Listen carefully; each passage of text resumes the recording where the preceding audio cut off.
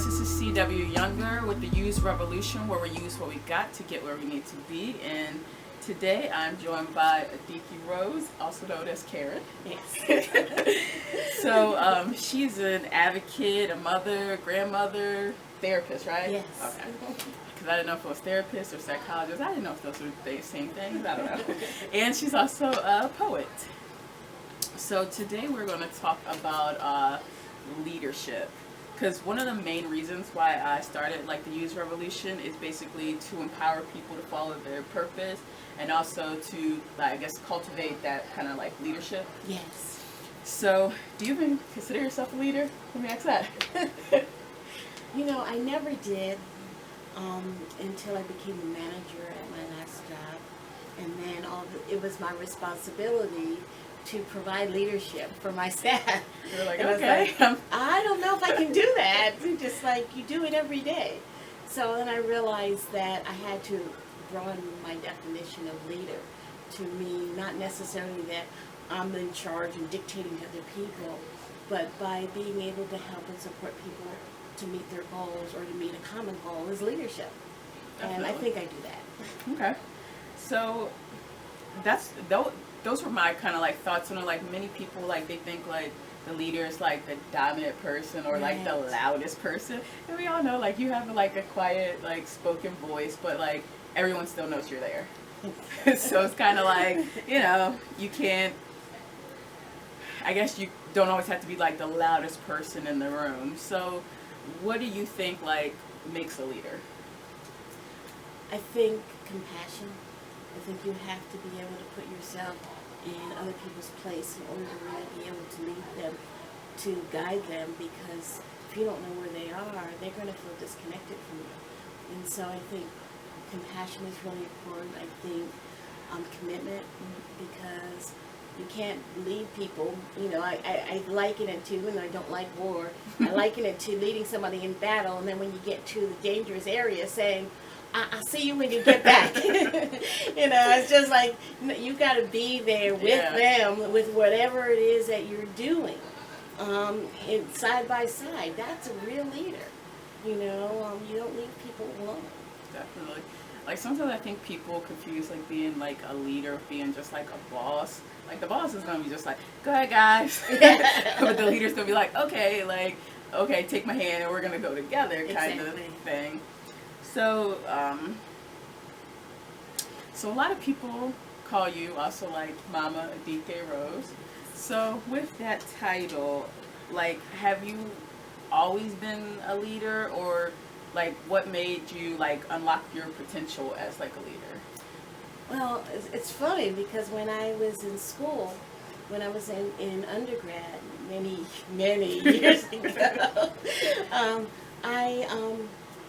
they used to call me Mom. That was my sweetheart name. I'm a Sigma sweetheart, and that was my sweetheart name was Mom. So, and I was 17, so it's like, for some reason, they've always been seen that way, you know. So, so part of that, I think I'm not quite sure why. It was just there. Yeah, it was just there. You know, but I think that I have tried really hard to make sure that I grow into that, because I feel like it's a responsibility and an honor more so than a career goal. And so I really feel bad if I let somebody down, or if I can't do something that somebody needs me to do. So I struggle with that, but I know that I have to give everything I can, and do as much as I can, and to live up to this amazing love that I get. I mean, it's incredible, and I can't say I deserve it, but I can say that I'm honored. Definitely. That's like crazy that like even before you were like totally like a real mom, like people were just like, hey Mom, like you're like they all call me Mom. These guys are older than me calling me Mom. I'm like, what is this? I thought it was something about me, you know, like do I look that old? You know? And then I realized, no, it had nothing to do with how I looked. It was something about me that. Yeah, maybe it's just like that, like caring, like spirit, and you know, like a lot of times moms are like, I mean, even though you might have like a husband, like the mom is like, you know, really the leader. Don't tell your husband that, but oh, I tell him that all the time. I said, remember, I submit, but I choose to submit. Exactly. I'm the real leader, but exactly. but that's great. So, do you think like your childhood as like kind of like a military child, like prepared you to step into this like leadership role? Do you think that had anything to do with it? Absolutely. Because I always had to start over. I was always moving to new countries, strange places, and I didn't know anyone. And I had to be able to, and I was the oldest of 4 children. So I was taking care of my siblings, and I kind of had to set I had to go out and do things that were difficult. Meet strangers, try new things, go to new classrooms, to new schools. Everything was starting over, and it took a lot of strength and determination. And I couldn't let my younger brothers and sisters see me scared. What do you consider as like your gift or your purpose, and how do you use that to empower people? I'd say probably if I had a gift, I'd probably say my best gift is my ability to kind of empathize with other people, really kind of pick up where they are emotionally and support them, and kind of help them to be where they want to be. I think that's why I became a therapist, because that's something that I've always really felt comfortable with and competent at.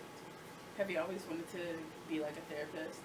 I actually started out as a nurse, but then I have a son that was born, and he's been on life support for many years, and so we have a little mini intensive care unit at home. So the idea of being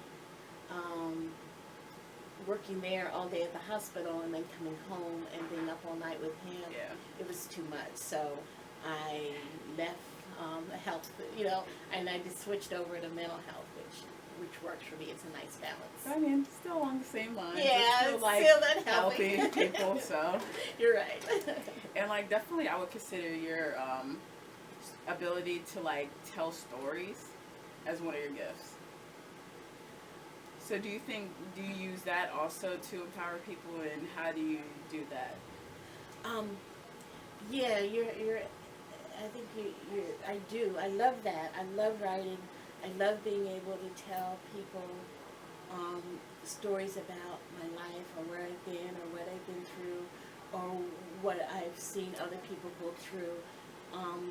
What I like about it is that I try to be really honest and as open as possible, so people can either learn from my mistakes, because I do make them, or they can see that no matter what they go through, that they can survive it, and they can come out on the other side of it.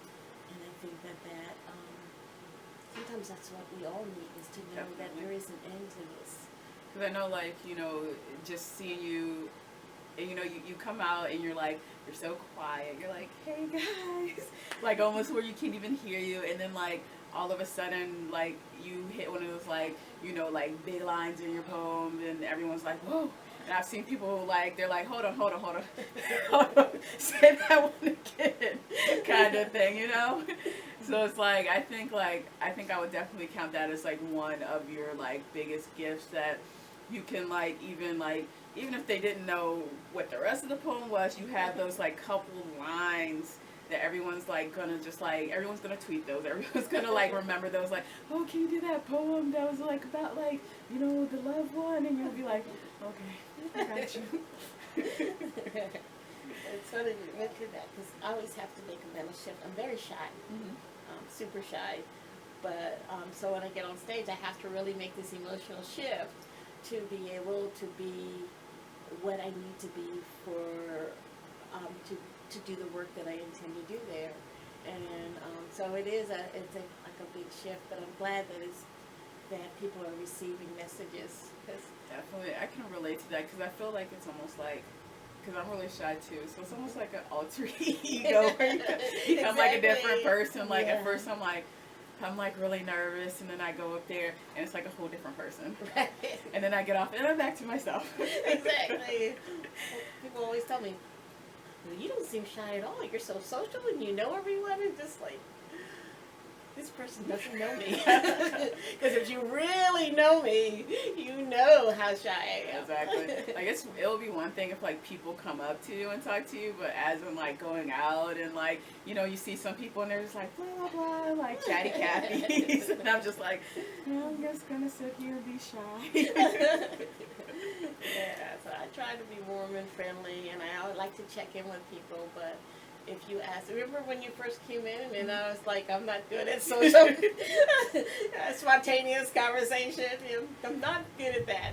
I'm not either. That's why I write down these questions. Like sometimes I do think of like other questions as I go along, depending on what the people say. But Yeah. I like to have something prepared because I know if I did, I'd be like, yeah. Oh, you're two peas in the pot here.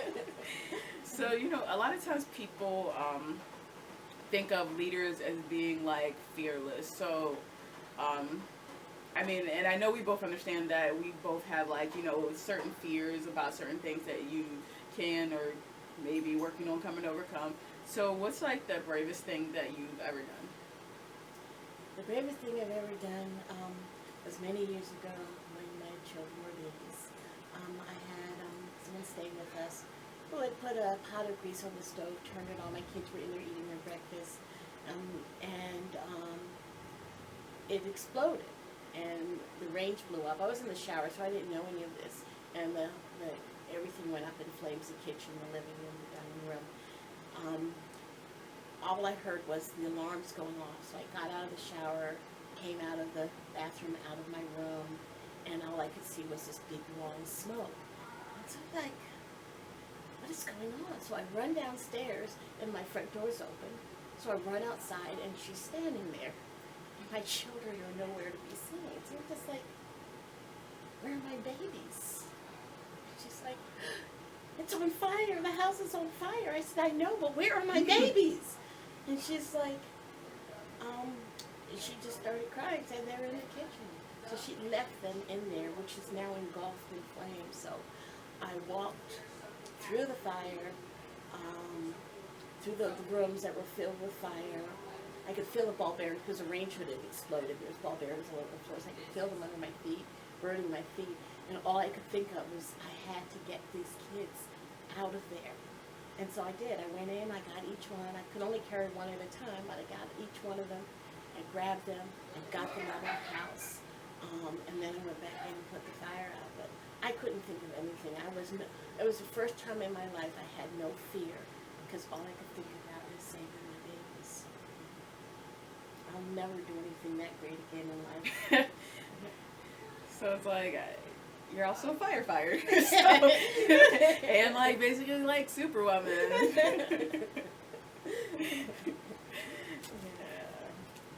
So, you know, I often see like people in, you know, when we like see leaders, we always think like, you know, because we've seen them from like the outside, so we're always thinking like, you know, they have like everything together, even though obviously we know like, you know, people go through things. So despite like all the adversity you've had to go through, like how do you stay motivated to basically keep on going despite like everything else that's going around you?